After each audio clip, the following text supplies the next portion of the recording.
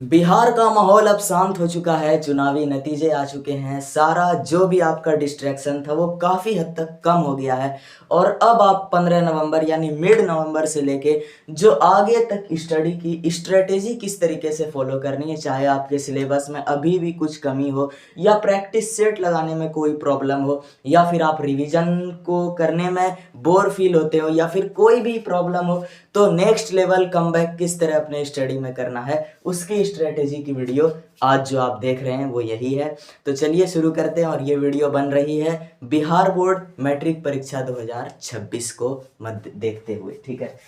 तो देखिए, सबसे पहले शुरुआती नवंबर में कैसा रहा माहौल आपको पता होगा कि आपके गांव मोहल्ले से गुजरता भी होगा हमेशा चुनाव प्रचार।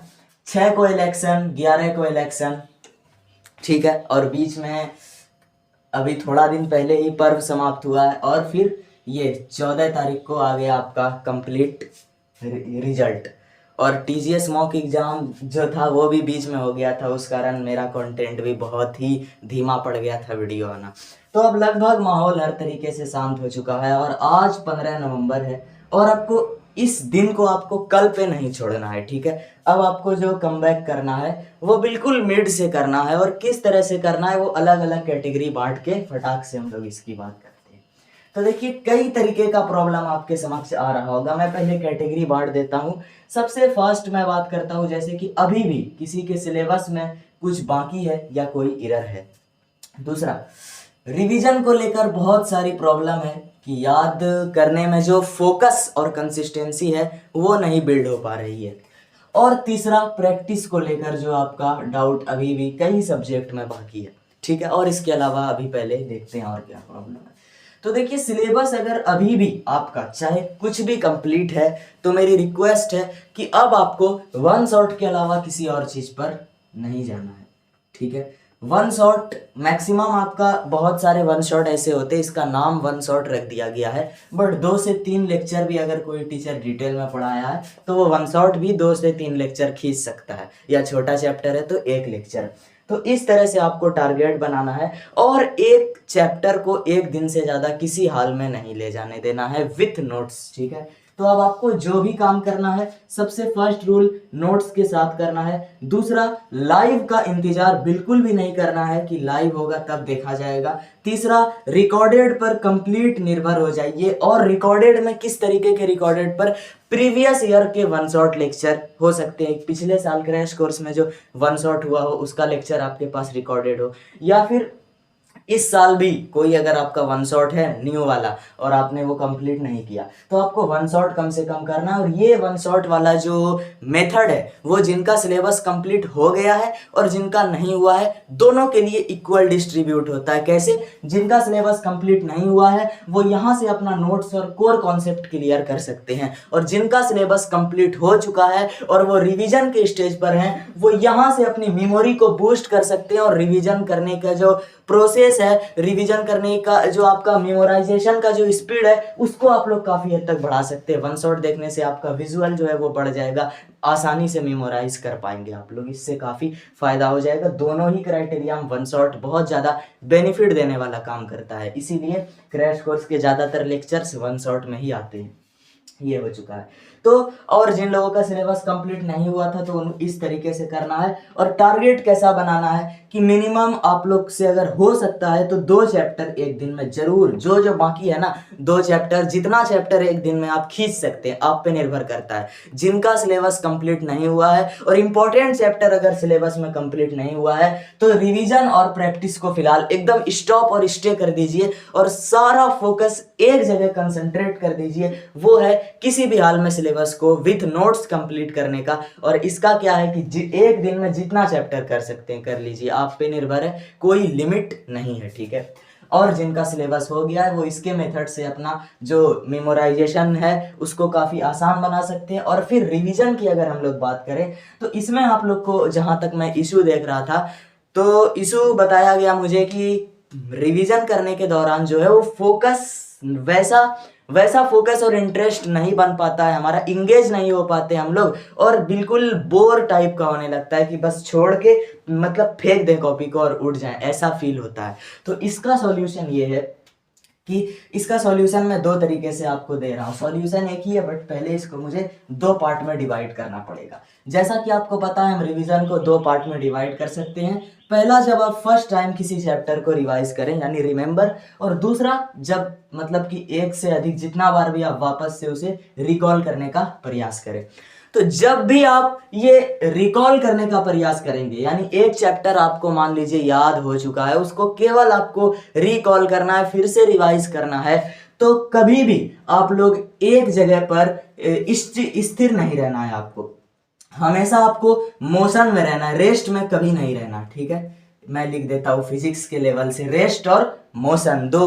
तो रेस्ट में रहेंगे आपको, तो कैसा होगा कि जब आप किसी कॉपी को खोलें और बैठ के रिवाइज करने का प्रयास करेंगे तो अचानक से आपका फोकस बहुत ज़्यादा डिस्ट्रैक्ट होगा और आपका जो थिंकिंग है वो उस पर से हटके बहुत ज़्यादा ओवर थिंक किसी और चीज़ पर जाएगा आपका। जाहिर सी बात है, क्योंकि हमारे ब्रेन का क्या है कि हमारे ब्रेन में किसी भी चीज में इंटरेस्ट लाने के लिए जो है डोपामाइन का आवश्यकता होता है। ये हार्मोन जब निकलता है तब हम लोगों को किसी भी चीज में एक्साइटमेंट एंड इंटरेस्ट आता है। और ये कब निकलता है? ये हमेशा कोई नया चीज मिल गया, कोई अच्छा चीज मिल गया तब। यानी कि मान लीजिए आपका एक टारगेट है कि आपको सिलेबस कंप्लीट करना है, उसके लिए आप वन शॉट देख रहे हैं, लेक्चर से पढ़ रहे हैं, तब आपका डोपामाइन रिलीज होगा और तब आपको बोर नहीं होगा। लेकिन जब आप पढ़े हुए चीज को वापस से एक ही चीज को बार बार रिवाइज करेंगे तो ये आपका खत्म हो जाएगा, ये रिलीज ही नहीं होगा और आपको बहुत ज्यादा बोरिंग फील होगा।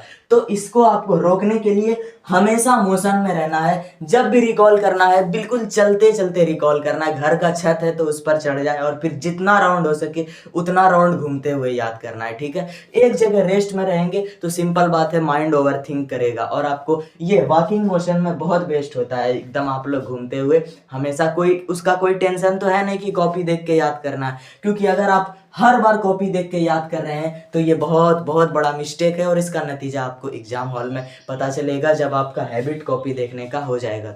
तो जब भी आप एक से अधिक बार में अगर रिकॉल कर रहे हैं तो कॉपी कभी ना देखें, खुद से आपको बस खुद से ही याद करना और आंख बंद करने का जरूरत ही क्या। जब आप कॉपी को जहां पढ़ते हैं वहीं फेंक के चले जाएं कहीं, मतलब कि घूमने के लिए, घर में, छत पे, कहीं भी, और फिर वॉकिंग मोशन में आपको क्या करना है, याद करते रहना है। आंख खुला रहेगा, कुछ भी देखना नहीं है, बस आपको विजुअलाइज करना है, मेमोराइज करना है और उसको आपको रिकॉल करते जाना है। और जब पूरा हो जाए तब आके आपको वापस जब आप कॉपी खोल के ये देखेंगे कि मैंने जो रिवीजन किया उसमें से कितना चीज मिस हो गया।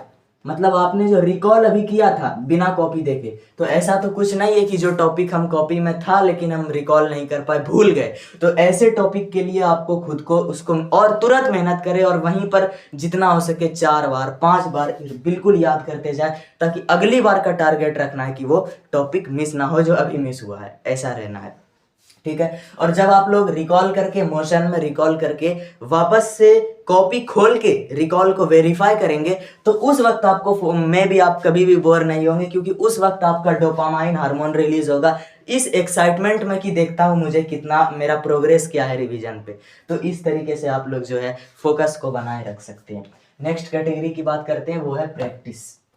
बहुत सारे स्टूडेंट हैं जिनका रिवीजन भी अच्छा है, प्रैक्टिस भी अच्छा है। मैं सजेस्ट करूंगा कि जितना हो सके आप लोग आंसर राइटिंग पर काम कीजिए, क्योंकि ये वो पोर्शन है जिससे आपका मार्क्स अचानक से डिक्रीज भी हो सकता है और एकदम से इंक्रीज भी हो सकता है। क्योंकि आपको आंसर राइटिंग इतना ही, मतलब कि मैंने जो कॉपी चेक कर रहा हूँ कुछ स्टूडेंट के अलावा, जितनी भी कॉपी मैंने चेक किया कुछ के अलावा, भाई सबका आंसर राइटिंग मतलब कि इतना कमी है कि इसे हम लोग नेग्लिजिबल कभी नहीं मान सकते। ये जो है रेड जोन में आता है आपका आंसर राइटिंग, बिल्कुल बैड इंप्रेशन पढ़ाने वाला। यानी कि टॉपर लेवल का जो स्टूडेंट है वो आंसर राइटिंग तो किया है अच्छा, लेकिन उसका आंसर राइटिंग का लेवल इतना लो है कि बिल्कुल खतरनाक बैड इंप्रेशन। तो आपको वो सुधार जरूर करना है और जितना हो सके उतना आंसर राइटिंग पर फोकस कीजिए। इसके लिए टिप्स क्या है कि कॉपी का ही टेंशन नहीं लेना है।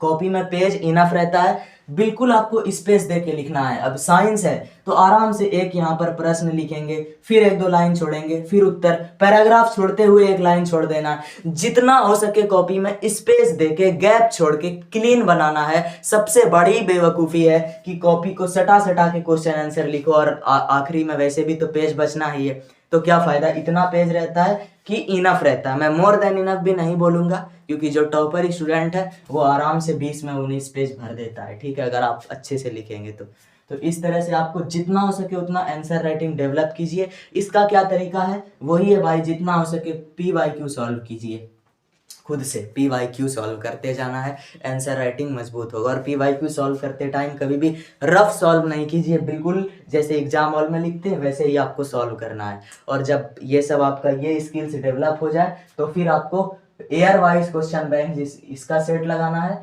और मॉडल पेपर का सेट लगाना है। मॉडल पेपर का कोई फर्क नहीं पड़ता कि नया वाला मॉडल पेपर आएगा तभी लगाएंगे, वैसे भी बिहार बोर्ड के 2026 के एग्जाम में जो है मॉडल पेपर की श्रेणी की बात करें या फिर किसी भी ईयर के बोर्ड एग्जाम की बात करें तो सबसे कम क्वेश्चन टेली करने का जो चांस होता है वो उस ईयर के मॉडल पेपर से होता है। मतलब 26 का एग्जाम है तो अभी जो 25 में मॉडल पेपर जारी होगा उससे क्वेश्चन आने का संभावना पिछले मॉडल पेपर के कंपेयर में सबसे कम रहता है। ये है बिहार बोर्ड का ट्रेंड। तो इसका तो वैसे भी कोई खास फायदा है नहीं, तो आप लोग ओल्ड वाला जितना भी, चाहे आपका 21 का मॉडल सेट हो, 22 हो, 23 हो या 24 हो, इन ईयर का मॉडल पेपर आप लोग जरूर ट्राई कर लीजिए। और ये जरूर ज़्यादा थोड़ी ना है, 4-5 सेट है आपका, मुश्किल से इस महीने तक भी आपका हो जाएगा। तो ये मैंने कुल मिला के स्ट्रेटेजी बता दिया। और कंटेंट के लिए भाई टॉपिक कमेंट कर दीजिए, टॉपिक कम रहता है इसलिए वीडियो स्टॉप होता है, इसलिए वीडियो कुछ समझ नहीं आता किस टॉपिक पे बनाना है। तो जितना हो सके टॉपिक कमेंट कर दीजिए। धन्यवाद।